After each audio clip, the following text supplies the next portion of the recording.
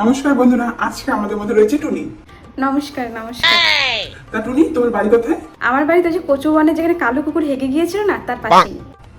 ও nice. আজকে তোমাকে support করার জন্য কে আসছে?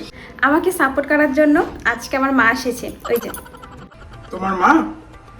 নমস্কার কাকিমা, ওনাকে ব্যাগটা দাও। আরে কি হলো টুনি, তোমার মা কান্না করছে? আসলে মা অনেক ভয় পাচ্ছে, সাথে লজ্জাও পাচ্ছে। এত বড় একটা জায়গায় আমরা কখনোই ভাবিনি যে আসতে পারবো। আসলে এত বড় একটা মঞ্চ তো।